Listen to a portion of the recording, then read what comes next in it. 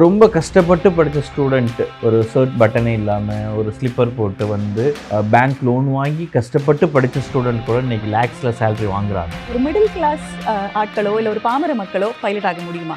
ஒரு சிம்பிளான ஆன்சர், என்னால் பைலட் ஆக முடிஞ்சதுன்னா கண்டிப்பாக எல்லா ஸ்டூடெண்ட்டாலையும் பைலட் ஆக முடியும். I'm from the middle class. என்னால் பைலட் முடிஞ்சது. இது இந்த பையன் எப்படி டாக்டர் ஆகணும்னு கேட்டால் டெஃபினட்டாக ஆன்சர் பண்ணுவாங்க. பட் பைலட் ஆகணும்னு யாராவது கேட்டால் டெஃபினட்டாக 100ல் 1 கூட சான்சஸ் போகுது.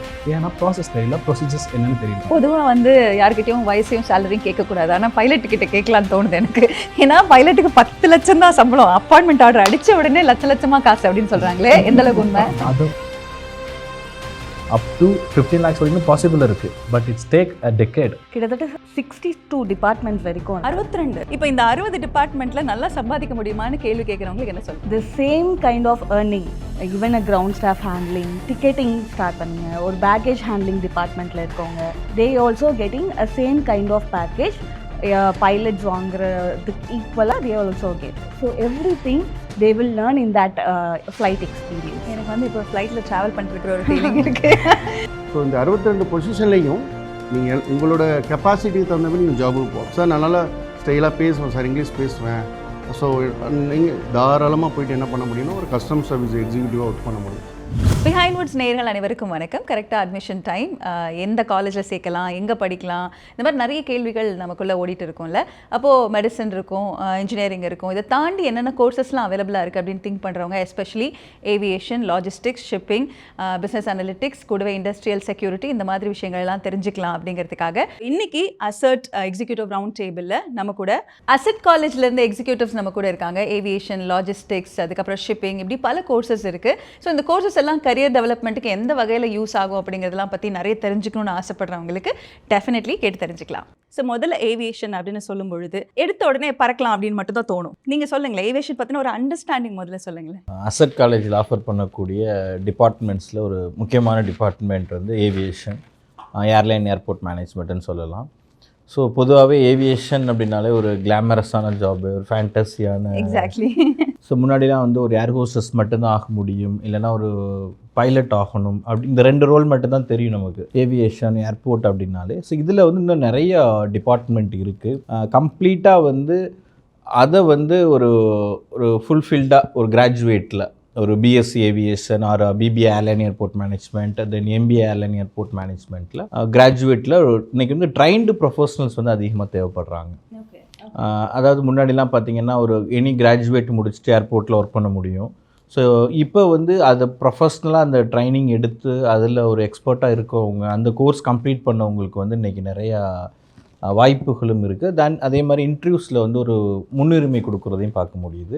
ஸோ அதாவது நாங்கள் இப்போ இந்த என்டையர் கரிக்குலம் அப்படிங்கிறது ஸோ நாட் ஓன்லி ஒரு இந்தியாவில் மட்டுமே ஏர்லைன்ஸில் வேலை வாய்ப்புகள் தரக்கூடியதாக ஒரு சிலபஸ் இல்லாமல் ஒரு இன்டர்நேஷ்னல் லெவலில் என்ன ஸ்டாண்டர்ட்ஸ் ஃபாலோ பண்ணுறாங்களோ, அதில் என்ன மாதிரி எக்ஸ்பெக்டேஷன்ஸ், ஜாபுக்கு என்ன தேவைப்படுதோ, அதுக்கு என்ன மாதிரி ஸ்கில் டெவலப் பண்ணணும் அப்படிங்கிறது எல்லாமே இந்த என்டையர் கரிக்குலம், ஒரு BB airline airport management, BSc or MBA program வந்து ஸோ அசட்டில் வந்து டிசைன் பண்ணியிருக்கோம். Oh nice.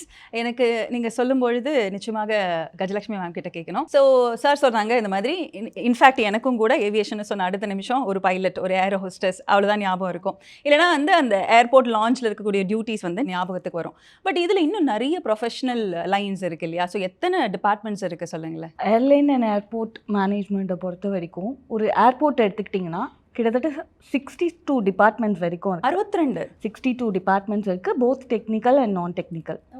ஓகேங்களா? ஸோ இந்த எல்லா டிபார்ட்மெண்ட்ஸ்லையும் BBA airline and airport management, BSc aviation, MBA airline and airport management students வந்து போகலாம்.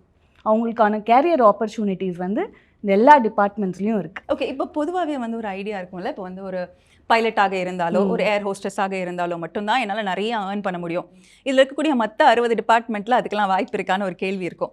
ஏன்னா அது சொல்கிற மாதிரி ஒரு ஃபேன்சி அண்ட் கிளாமரஸ் டேர்மில் அது ரெண்டும் வந்துருச்சு. இப்போ இந்த 60 டிபார்ட்மெண்ட்டில் நல்லா சம்பாதிக்க முடியுமான்னு கேள்வி கேட்குறவங்களுக்கு என்ன சொல்லுங்கள்? The same kind of earning, அதாவது ஒரு பைலட்ஸோ இல்லை கேபின் க்ரூஸ் எவ்வளோ ஏர்ன் பண்ணுறாங்களோ அதே kind of earning, even a ground staff handling, security, safety they do have, ஒரு டிக்கெட்டிங் ஸ்டார்ட் பண்ணுங்க, ஒரு பேக்கேஜ் ஹேண்ட்லிங் டிபார்ட்மெண்ட்டில் இருக்கவங்க, all the executives, ramp officers, airport managers, they also getting a same kind of package pilots வாங்குறதுக்கு ஈக்குவலாக cabin cruise வாங்குறதுக்கு ஈக்குவலாக they also get. Okay, எனக்கு இன்னொரு கேள்வி இருக்குது. இப்போ பொதுவாக வந்து நமக்கு ஏதோ ஒரு ட்ரைனிங் ப்ரோக்ராம்ஸ் வச்சுக்கோங்களேன். எஸ்பெஷலி நம்ம இப்போ டாக்டர்ஸ்னால் ஆப்வியஸ்லி வந்து ஒரு ப்ராப்பர்லி ஒரு ஹாஸ்பிட்டலில் போய் ஒரு இன்டர்ன் பண்ணுறாங்க, அவங்களுக்கு தேவையான விஷயங்கள்லாம் நடக்குது. இப்போ ஒரு ப்ராப்பரான ஒரு ஏவியேஷன் கோர்ஸ்ன்னு வரும்பொழுது நமக்கு எந்த அளவுக்கு இந்த ஆக்சஸ் இருக்கும், நமக்கு எந்த அளவுக்கு வந்து ஒரு இன்ஃப்ளைட் ட்ரைனிங் எல்லாம் இருக்கும் அப்படிங்கிற ஒரு கொஸ்டினும் கூடவே இருக்குது. ஸோ அதை பற்றி சொல்லுங்கள். அசட் காலேஜை பொறுத்த வரைக்கும் we will be much concentrating on providing a quality of education to the student. Quality of education எப்படி நம்ம கொடுக்க முடியும்னா மோர் ஓவர் ப்ராக்டிக்கல் நாலேஜை நம்ம இம்போஸ் பண்ணணும் ஸ்டூடெண்ட் கிட்ட. ஸோ எக்ஸ்போஸ் ஆவாங்க இவங்க. கண்டிப்பாக நம்ம ப்ராப்பராக ஒரு ஃப்ளைட்டுக்குள்ளே இருக்கக்கூடிய எல்லா விஷயங்களுக்கும் அவங்க எக்ஸ்போஸ் அது எப்படி வந்து நம்ம இம்போஸ் பண்ணுறோம் அப்படின்னா every month they will have a airport visit. Not only Chennai, Bangalore. எங்கள் ஸ்டூடெண்ட்ஸ் இங்கெல்லாம் போயிருக்காங்க. They went for Chennai airport, Bangalore airport, Pondicherry, Salem, Kochi, Coimbatore airport. Even very 2 weeks before our students went for Goa airport also. So இது எல்லாமே அவங்களுக்கு அந்த 60 டிபார்ட்மெண்ட்ஸோட எக்ஸ்போஷர் அவங்க அங்கே போய் லேர்ன் பண்ணுவாங்க. அதாவது ஃபர்ஸ்ட் ஒரு டிக்கெட் செக்கிங் ப்ராசஸ்னால் what they will do, what they will check, அங்கே என்ன பண்ணுறாங்க, என்ன கைண்ட் ஆஃப் ஒர்க் ப்ராக்ரஸ் இருக்குது அப்படிங்கிறது they will notice, they will explore it, they will learn it. ஓகேங்களா? அதுக்கு அடுத்து baggage handling, how they will be doing, எப்படி பேகேஜ் ஸ்க்ரீன் பண்ணுறாங்க, so what are all the things they are checking in, இது எல்லாமே how safely they are sending the baggage to the aircraft. So everything they can see. So அதுக்கப்புறம் they will be going for a security check, ஒரு screening எப்படி நடக்குது, if you have a electronic items how they are screening it, so boarding pass எப்படி வாங்கணும். So everything they will inch by inch, every department they will go and they will explore. So கம்ப்ளீட்டாக வந்து ஸ்க்ராட்ச்ல இருந்து எல்லா ப்ராசஸுக்கும் அவங்க expose ஆவாங்க, train ஆவாங்க. கண்டிப்பாக. நீங்கள் இன்னொன்று சொன்னீங்க அந்த இன்ஃப்ளைட் ட்ரைனிங்னு சொல்லிட்டு, பொதுவாகவே ஜென்ரலாக எல்லா ஏவியேஷன் காலேஜஸுமே கூப்பிட்டு போகிறது வந்து Chennai to Bangalore, which means a short period of time, ஒரு 30 minutes ஆஃப் ஃப்ளைட் ட்ராவல் இருக்கும். We have taken the students from here to Goa. So 1.5 hours flight experience that we have given to the students. Okay, that too free of cost. Flight cost, everything will be taken care of by asset. Okay, அப்படி இருக்கும்போது அதாவது அவங்க வந்து அதை பற்றி தான் படிக்கிறாங்க, airline operations படிக்கிறாங்க. Aircraft they have to see, ஏர்க்ராஃப்ட்குள்ளே என்ன ப்ராசஸ் போகுது, கேபின் க்ரூஸ் எப்படி இன்ஸ்ட்ரக்ஷன்ஸ் கொடுக்குறாங்க, where is a cockpit area, how the pilots are operating it, ஒரு எமர்ஜென்சி எவாக்குவேஷன்ஸ் எப்படி நடக்குது. So everything they will learn in that flight experience. எனக்கு வந்து இப்போ ஃப்ளைட்டில் ட்ராவல் பண்ணிருக்கிற ஒரு ஃபீலிங் இருக்குது. ஏன்னா நிறைய ஸ்டூடெண்ட்ஸ் வந்து ஃப்ளைட்டில் போகாத ஸ்டூடெண்ட்ஸ் அங்கே படிக்கிறாங்க.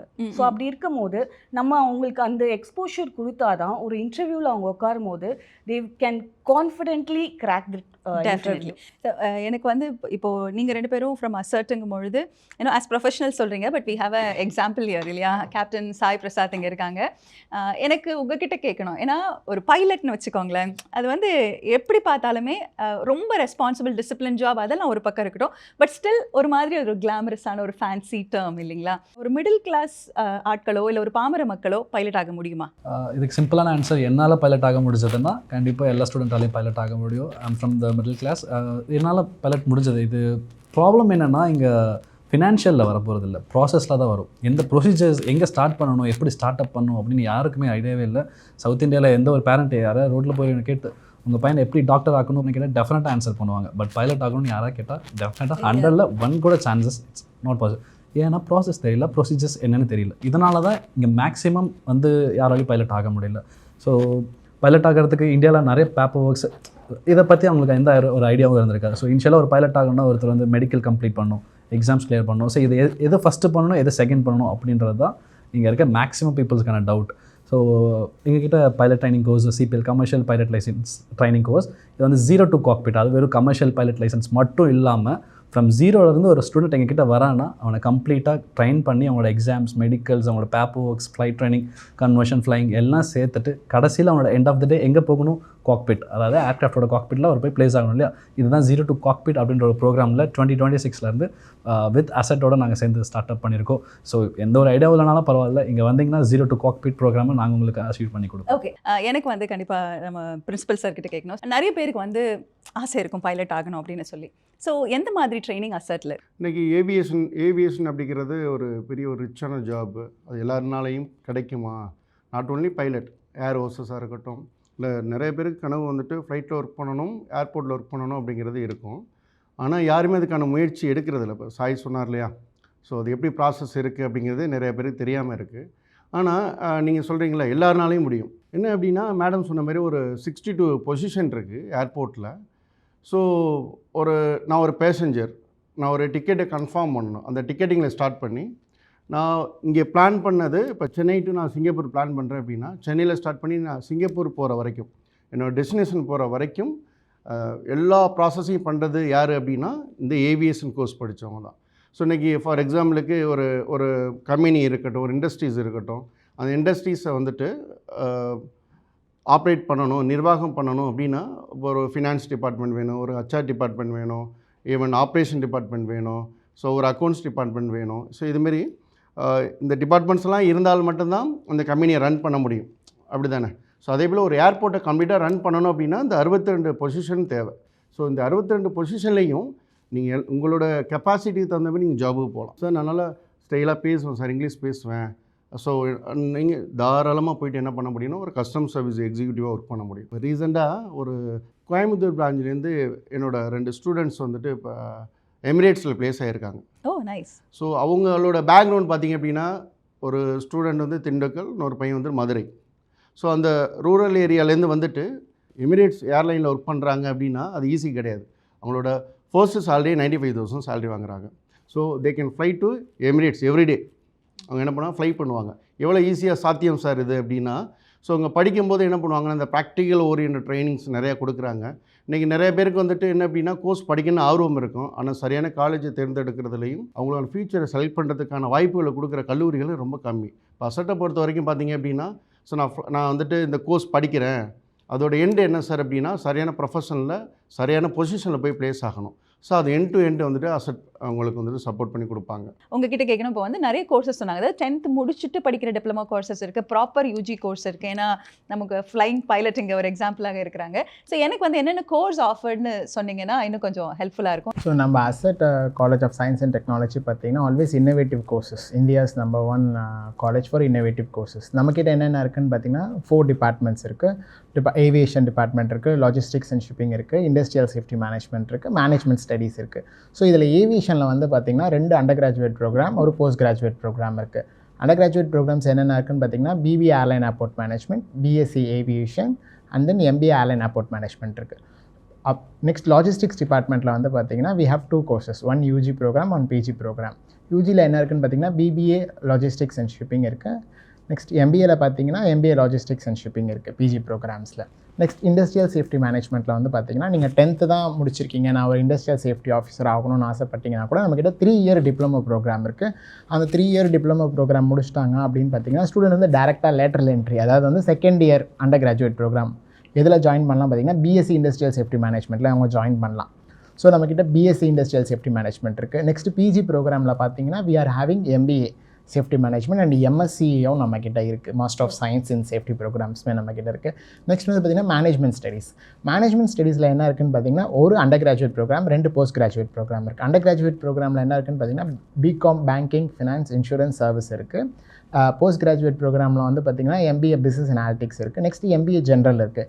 லைக் எல்லாருக்குமே தெரியும்னு நினைக்கிற ஜென்ரல்ன்றது லைக் ஹெச்ஆர், ஆப்ரேஷன்ஸ், சிஸ்டம்ஸ், இந்த மாதிரி ஒரு 8 ஸ்பெஷலைசேஷன்ஸ் இருக்குது. அதில் இனி 2 ஸ்பெஷலைசேஷன்ஸ் எடுத்து ஸ்டூடெண்ட்ஸ் வந்து படிக்கலாம்.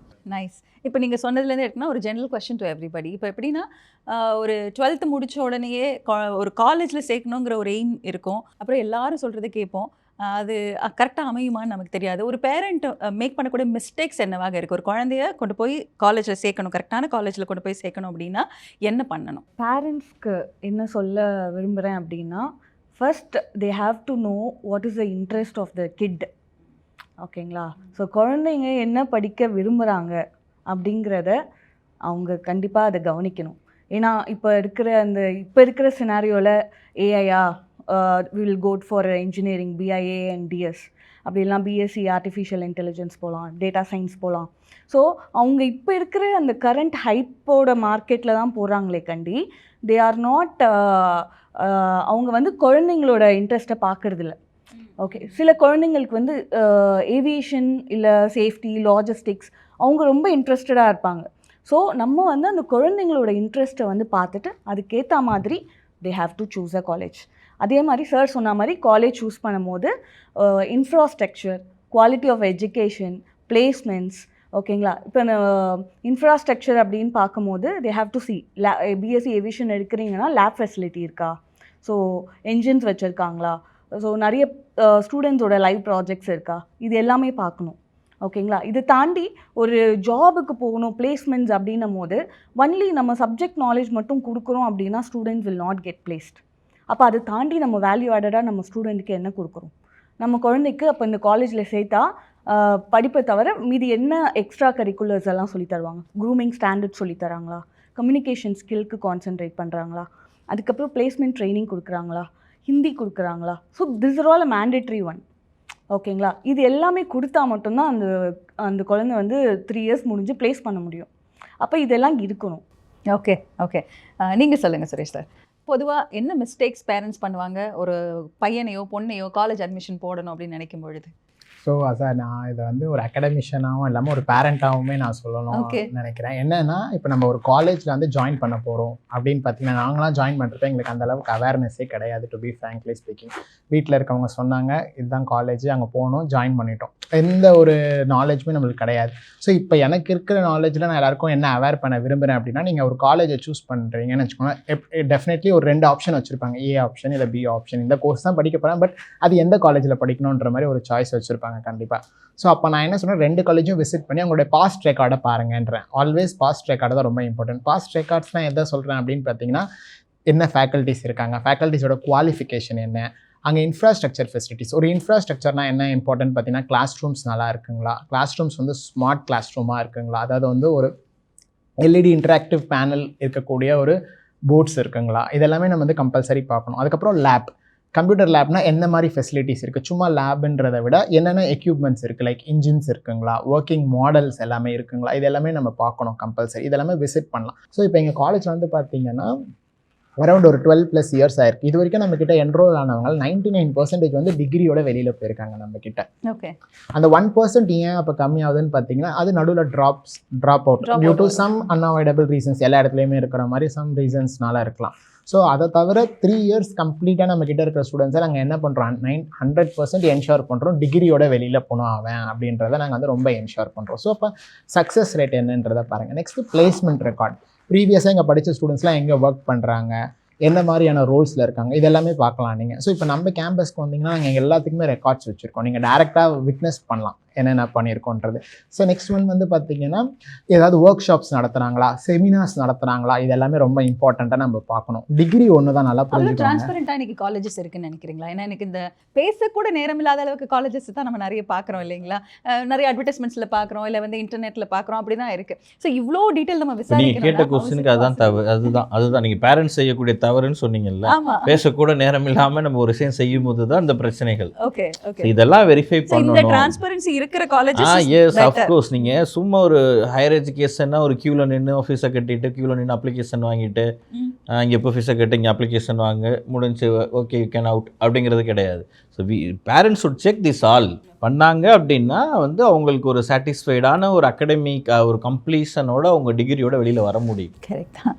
இப்போது பைலட் கோர்ஸ் ஏவியேஷன் கோர்சஸில் நீங்கள் கம்ப்ளீட் பண்ணது என்ன course? Commercial pilot licence. Okay, பொதுவாக வந்து யார்கிட்டையும் வயசையும் சேலரியும் கேட்கக்கூடாது, ஆனால் பைலட்டுக்கிட்ட கேட்கலான்னு தோணுது எனக்கு. ஏன்னா பைலட்டுக்கு 10 லட்சம் தான் சம்பளம், அப்பாயின்மெண்ட் ஆர்டர் அடித்த உடனே லட்சமாக காசு அப்படின்னு சொல்கிறாங்களே, எந்த அளவுக்கு உண்மை? அது அந்த மாதிரி நாங்கள் இன்னைக்கு பண்ணியிருந்தோம்னு வச்சுக்கோங்களேன், டெஃபினட்டாக வி ஹேவ் அரௌண்ட் 1000+ ஸ்டூடெண்ட்ஸ். 10 லட்சம் சேலரி உனக்கு அப்படின்னு சொல்லியிருந்தேன். பிகாஸ் இட்ஸ் நாட் அதெல்லாம் பொய்யா கோபால் சொல்லுங்க. அது ஃபால்ஸ் மேம். ஆக்சுவலாக இதுதான் இப்போ இருக்க மிஸ்லீடில் மேக்ஸிமம் பண்ணுற இதில் மேக்ஸிமம் இதை தான் சொல்கிறாங்க. 10 லட்ச ரூபாய் சரி சேலரி, அப்போ 15 எந்த லட்ச அளவுக்கு ரூபாய் பேஷன் அண்ட் கரியர் ப்ரோக்ரஸ் இதுல முக்கியம்? ஏன்னா இப்போ எனி ஜாப் நம்ம வந்து ஜாயின் பண்ணும்போது ஒரு பே இருக்கும், பட் நம்மளோட ஸ்கில் அண்ட் டேலண்ட் பொறுத்து தான் எல்லா ஜாப்லையுமே வந்து நம்ம அந்த ஒரு ஹையர் பொசிஷன் போவோம் அண்ட் நமக்கு அதுக்கான பணம் கிடைக்கும். இப்போ ஜென்ரலாக நான் உங்களை கேட்குறேனே, இப்போ நீங்கள் ஒரு பைலட் ஆகணும்னு ஆசைப்படுறீங்க, அச்சீவ் பண்ண முடியும், நீங்கள் நினைக்கிற எல்லா அது ஃபினான்ஷியலி இருக்கலாம், மெட்டலிஸ்டிக்காக இருக்கலாம், எனி திங் இருக்கலாமே, அச்சீவ் பண்ண முடியும்னா எவ்வளோ நாள் ஆகும், அதை பற்றி சொல்லுங்கள். Okay ma'am. இனிஷியலாக நம்ம கமர்ஷியல் பைலட் லைசன்ஸ் வாங்கிட்டு அதோட பேசிக் எலிஜிபிலிட்டி பார்த்தீங்கன்னா எக்ஸாம்ஸ் முடிக்கணும், மெடிக்கல் அண்ட் 200 மணி நேரம் நீங்கள் ஃப்ளை பண்ணிருக்கணும், 2.5 hours ஃப்ளைங் ட்ரைனிங் இருக்கணும். இதை முடிச்சா உங்களுக்கு கமர்ஷியல் லைசன்ஸ் கொடுத்துருவாங்க டிஜிசிஏ நார்ம்ஸ் படி.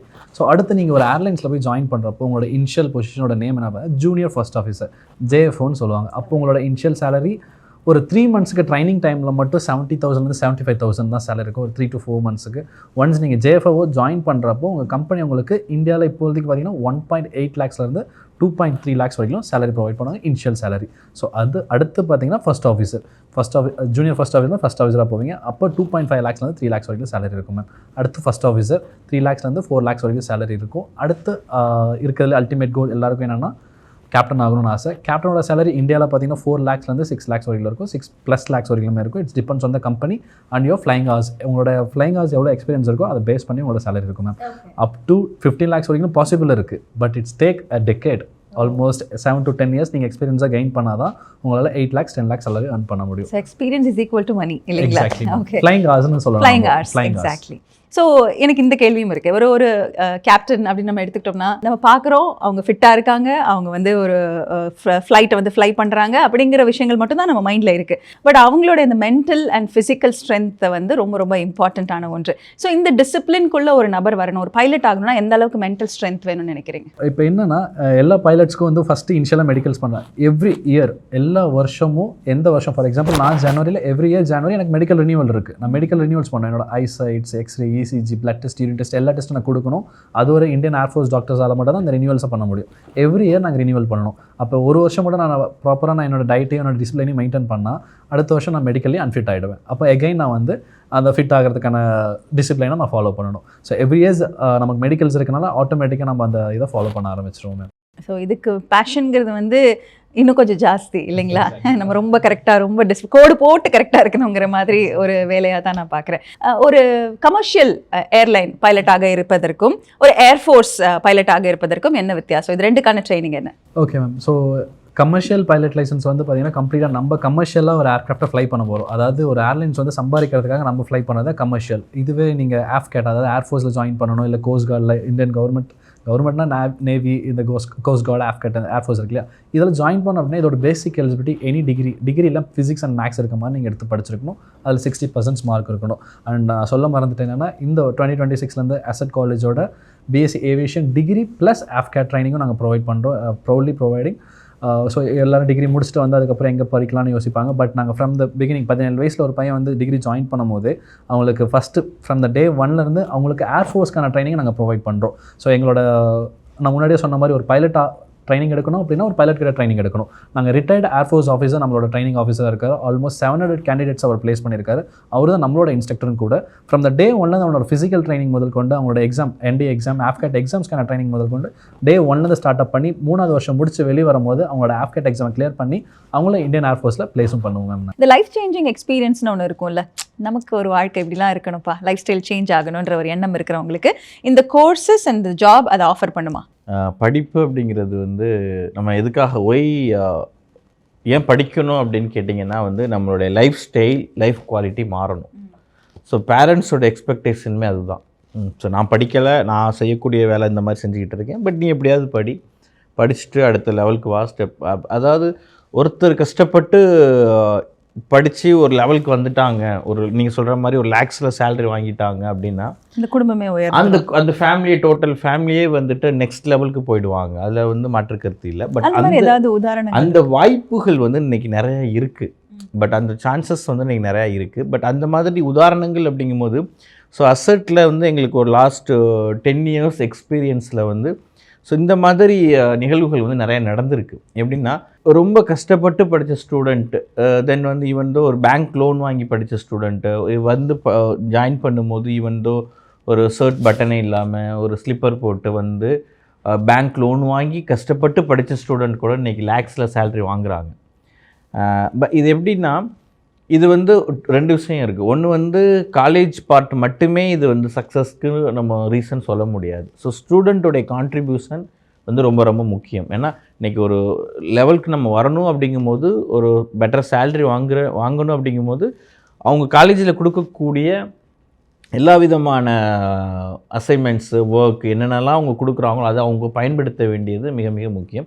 ஸோ அதை பயன்படுத்திக்கிட்டு சக்ஸஸ் பண்ணவங்களுடைய ரேஷியோ வந்து இன்றைக்கி அதிகமாக இருக்குது.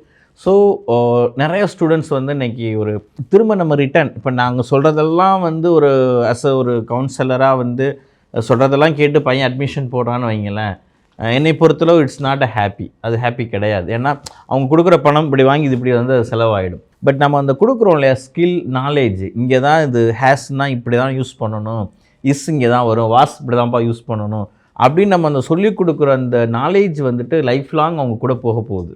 ஸோ அதுக்கு தான் வந்து வேல்யூ அதிகம். ஸோ ஒன்ஸ் சக்ஸஸ் பண்ணிவிட்டு தென் அகெயின் வந்து காலேஜுக்கு வந்து பிரின்ஸிபலையோ வைஸ் பிரின்ஸிபலையோ எங்களையே பார்த்து அந்த கம்பெனியில் இருக்கேன், இவ்வளோ சேலரி வாங்கிட்டு இருக்கேன், நான் வந்து சொந்தமாக ஒரு கார் வாங்கிட்டேன், நான் சொந்தமாக வீடு கட்டிட்டேன் சார், என்னோடய வீடு கிரகப்பிரவேசம் ஃபங்க்ஷன் வந்துருங்க அப்படின்ட்டு ஒரு ஸ்டூடெண்ட் வந்து கூப்பிடுறது தான் பெரிய ஹாப்பி. பட் அது மாதிரி நிகழ்வுகள் வந்து அசட்டில் நிறைய நடந்திருக்கு. So the students and parents வந்து அந்த மாதிரி மொமெண்ட் வந்து நிறைய நடக்குது. ரொம்ப தேங்க்ஃபுல்லாக கிரேட்ஃபுல்லாக வந்து பார்க்கக்கூடியவங்க நிறைய பேர் இருக்காங்க. ஸோ இந்த நிறைய இன்சைட்ஸ் இருந்தது, சொல்ல மாதிரி அட்மிஷன் ப்ரொசீஜர்ஸ் ஆகட்டும் and different courses and especially பார்த்துக்கிட்டிங்கன்னா ஏவியேஷன் அண்ட் லாஜிஸ்டிக்ஸ், ஷிப்பிங், இந்த கோர்சஸ் என்னெல்லாம் ஆஃபர் பண்ணுது, இதில் நம்ம நினச்சதை தாண்டி பல விதமான டிபார்ட்மெண்ட்ஸ் இருக்குது அப்படிங்கிற மாதிரி இப்போ கரண்ட்டாக அட்மிஷன்ஸ்க்கு யோசிச்சுட்டு இருக்கக்கூடிய பேரண்ட்டுக்கும் பசங்களுக்கும் ரொம்ப ரொம்ப ஹெல்ப்ஃபுல்லாக இருந்தது. தேங்க்யூ உங்களோட டைமுக்கு and thank you for the discussion. Thank you.